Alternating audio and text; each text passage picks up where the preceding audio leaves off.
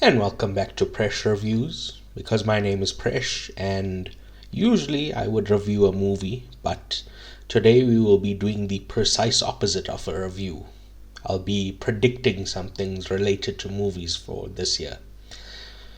Now, the obvious caveat is that the release schedule changes, and things that I thought were coming out this year could get pushed up to next year, or vice versa. Something I thought was coming out next year may come out this year. Right?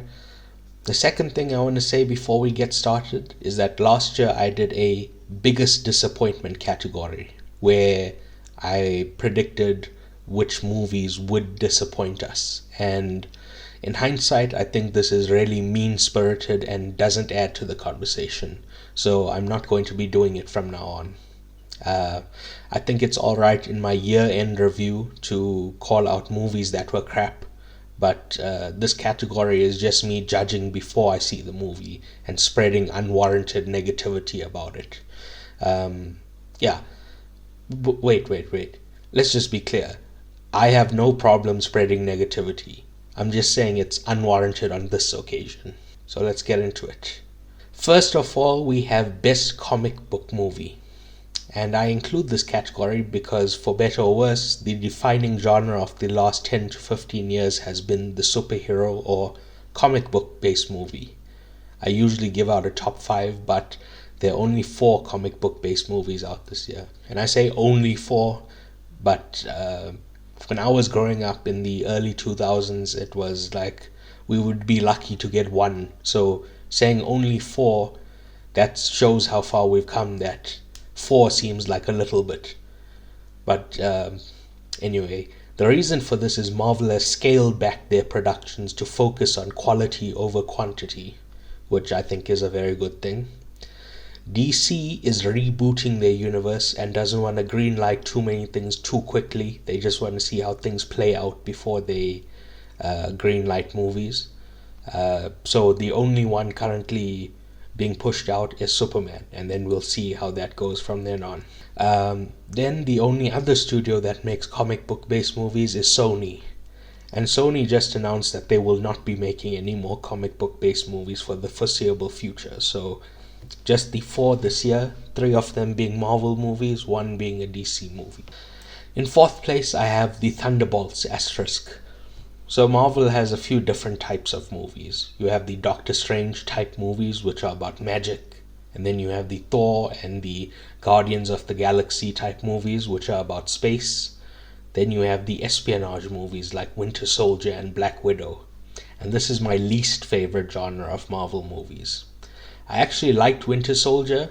It's the others in this genre, like Falcon and the Winter Soldier TV show, the Secret Invasion TV show, and Ant-Man 2 that I didn't like. Added to this, I don't enjoy the characters of Red Guardian and Yelena Belova, aka the new Black Widow. I can't stand their obviously fake accents. The only character I genuinely like in this movie is Bucky, aka the Winter Soldier. That being said, I will keep an open mind going in. I don't want to bias myself before I've seen anything. In 3rd place, I have Captain America, Brave New World. So similarly to the Thunderbolts asterisk, this is an espionage movie. So it really sucks that they're doing 2 in 1 year, but it is what it is. Yeah. The reason I give this movie the edge over the Thunderbolts is that I actually like Sam Wilson, the new Captain America. And based on the trailer, he'll be fighting an interesting villain in the Red Hulk, which seems like a mismatch on paper, but I think that this is a misdirect. I believe that the Red Hulk and Captain America will team up to fight a bigger villain later on in the movie, possibly the leader. But again, I try to avoid spoilers on movies because, I want to go in and experience it on its own, right? The film also stars Harrison Ford as the Red Hulk, who I enjoy a lot. Obviously Harrison Ford holds a esteemed place within nerd culture. Obviously being Han Solo, Indiana Jones, Rick Deckard, the list goes on. I say the list goes on, but does it go on? What's another nerd type movie he's been in? The Fugitive? Probably not. But anyway, sometimes he just doesn't give a shit, right? He will drop a stinker and not give a fuck about it. Other times, when he does give a shit, he's really terrific. So I'm hoping that he gives a shit about this movie. In second place, I have Superman Legacy. So 2 points. Number one, if you know me, then you know I'm a huge Superman fan. And two, I'm a James Gunn fan. I like all of his movies except Guardians of the Galaxy 3. But the trailer rubbed me in the wrong direction. Our first look at Superman is of him having been fucked up and left for dead in the snow. Superman is supposed to project strength and power. Why? Because when the chips are down and all hope seems lost, you look to the sky and you see Superman, and you start feeling calm, because you know you're in good hands. He brings hope to the people. I'm not saying Superman should never be beat up and hurt. I'm saying that this should not have been our first exposure to him. That being said, I'm still excited for the film, and like the Thunderbolts asterisk, I'm keeping an open mind about it. In first place, I have Fantastic Four First Steps. Now, I'm not particularly fond of the Fantastic Four, and the director has only directed one movie before. So why am I so excited about this? So you know how I mentioned that the different genres of Marvel movies, this one seems to be a groovy space adventure, and that's something that I've wanted for quite a while, right? The second reason is that the Fantastic Four have some of the best villains, and the reported villain in this movie is Galactus, who I'm excited to see. In the 2007 movie Rise of the Silver Surfer, they made Galactus into a large cloud, and I thought it looked awful. I want to see a large man with a silly hat eating a planet, and I think I'm going to get that, this year. Hoping for the best, right? Then, our next category, the biggest box office. And I understand that this is a bit unorthodox. People find it odd when I talk about the box office results, but I actually find it very fascinating which movies are popular and which movies fail. So I'm including this category for that reason. Not before I start, but aside from a few exceptions, we should always assume that a kid's movie will make more money than a movie aimed at adults. Why is that? Because adults go by themselves to the movies. But with a kid, you get 2 tickets because the parent has to accompany the child. That's why I'm choosing The Bad Guys 2 in 5th place. The first Bad Guys movie came out during COVID and still made $250 million. Now that it's a known brand, I think it will do very well at the box office. I'm predicting around 750 million. I don't think it has the juice to hit $1 billion, but I'm willing to be corrected. Then I'm choosing Elio in 4th place. It is not a known brand, but it's made by Pixar, who are the highest grossing movie of last year with Inside Out 2. Elio obviously won't come close to Inside Out 2's total because that was a sequel to a very popular movie, but I do expect it to do high numbers because of the Pixar brand. I'm predicting similarly around 750 million. In 3rd place, I have the live-action Lilo and Stitch movie. Similarly to The Bad Guys, Lilo and Stitch are a kids franchise and is a known brand. Added to this, these live-action remakes make gangbuster money for Disney. The live-action Lion King was the 2nd highest movie of the year, only behind Avengers Endgame. So the year it came out in 2019. Only behind Avengers Endgame, which was, a culmination of 20 Marvel movies, right? So that's a phenomenal result. I'm predicting it to hit $1 billion or come very close to $1 billion. Now, in 2nd place, I have Jurassic World Rebirth. Original Recipe Jurassic Park was the highest grossing movie of the year it came out, and for a time was the highest grossing movie ever made. Jurassic World was the second highest grossing movie behind The Force Awakens in the year it came out. For some reason, people seem to go crazy for dinosaurs. I personally don't like these films, but they are very popular and I think it will make over $1 billion. And in first place, I think this should be obvious, but we have Avatar 3, Fire and Ash. If I were a betting man, I would stake a large amount of money on Avatar 3 making the most money at the box office this year. The two previous movies in the franchise both made over $2 billion. Now, I don't know if this one will hit $2 billion again, but it's making over $1 billion easy.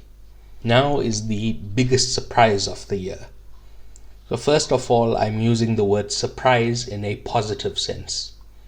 Secondly, for it to be a surprise, there needs to be some negative connotation for the audience going in.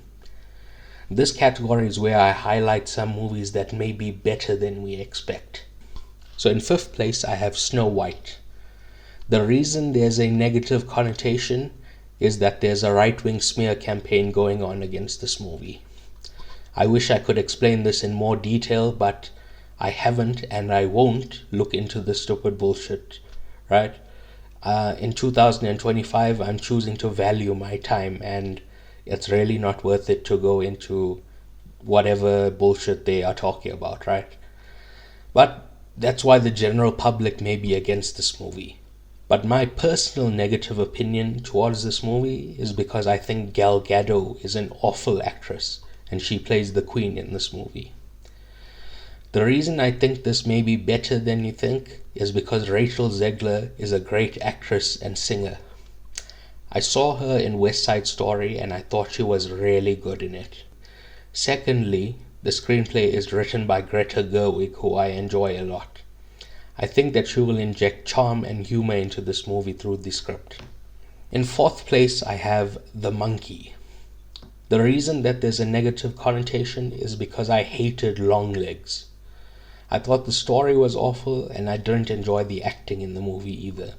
And the director of Longlegs is the director of The Monkey. His name is Oz Perkins.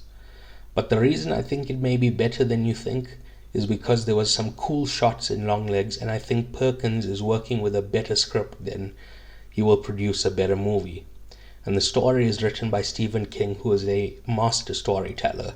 So I'm not excited about this movie, but I think it may surprise some people. Then in third place, I have The Smashing Machine. The reason there's a negative connotation is because I believe that The Rock is an awful actor.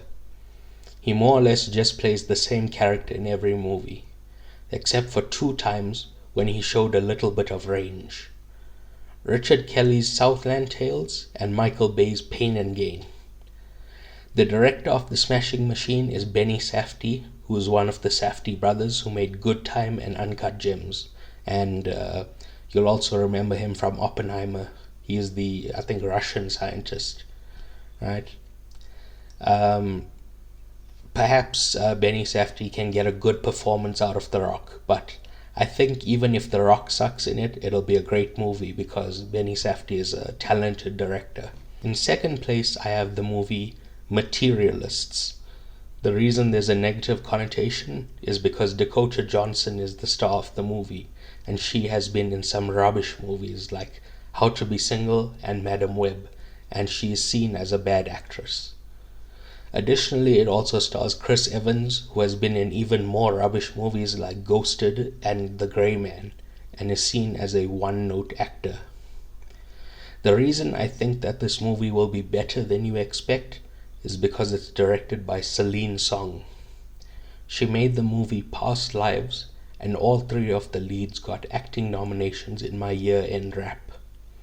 I think that she can bring a good performance out from these 2 underperforming actors, as well as Pedro Pascal, who is the 3rd lead. Then, in first place, I have Begonia, directed by Yorgos Lanthimos. The reason there's a negative connotation is because I really didn't like his previous movie, Kinds of Kindness, and his movie before that, Poor Things was poorly received by the general public, and only a handful of people in Hollywood liked it. That's why it was nominated for, I think it was nominated for Best Screenplay, I think. Whatever the case is.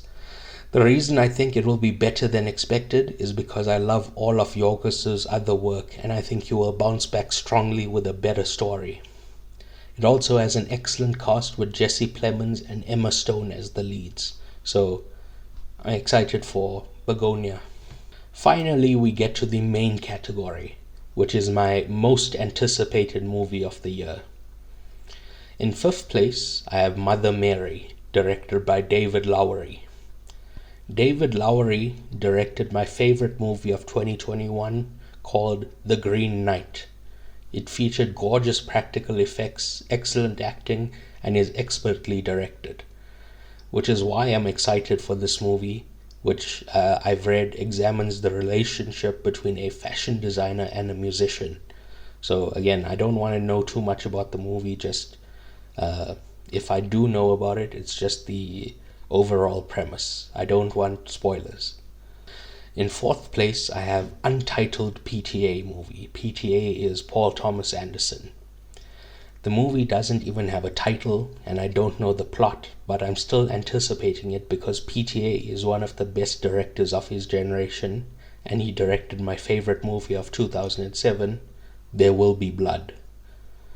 Not every PTA movie jives with me. For example, I didn't like Licorice Pizza, but I always respect the craft of a PTA movie.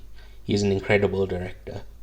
Then, in third place, I have Mickey 17, directed by Bong Joon-ho, who also directed Parasite and my favorite movie of 2003, Memories of Murder. I've gone through his entire filmography and he has several other bangers. In addition to this, one of my favorite working actors, Robert Pattinson, is the lead of the movie. I don't know the plot, but it has something to do with cloning. In second place, I have Eddington, directed by Ari Aster. Now, unlike the previous three directors, he hasn't directed a movie that was my favorite for a particular year. He's been very unfortunate because Beau is Afraid was beaten by Oppenheimer, Midsommar by The Lighthouse, and Hereditary by Spider-Man Into the Spider-Verse.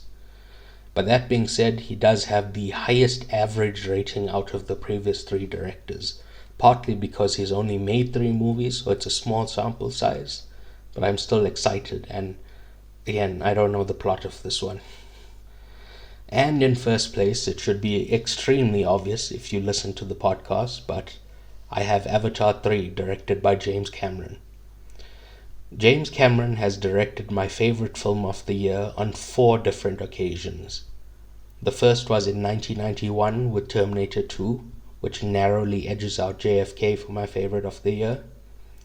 The second time was in 1997 with Titanic, and there was no one close that year. The third time was in 2009 with Avatar 1, with Inglourious Basterds coming close, and finally in 2022 with Avatar The Way of Water, with Decision to Leave a very close second. So yes, I believe that Big Jim and I are going 3 for 3 with Avatar movies this year, and he will get his 5th film as my favorite of the year. Alright, thank you for listening. Please remember to rate, review, subscribe, give a like, etc. Importantly, it needs to be a 5-star review. Please tell a friend, tell that friend to tell a friend, tell a family member. And yeah, goodbye. Au revoir.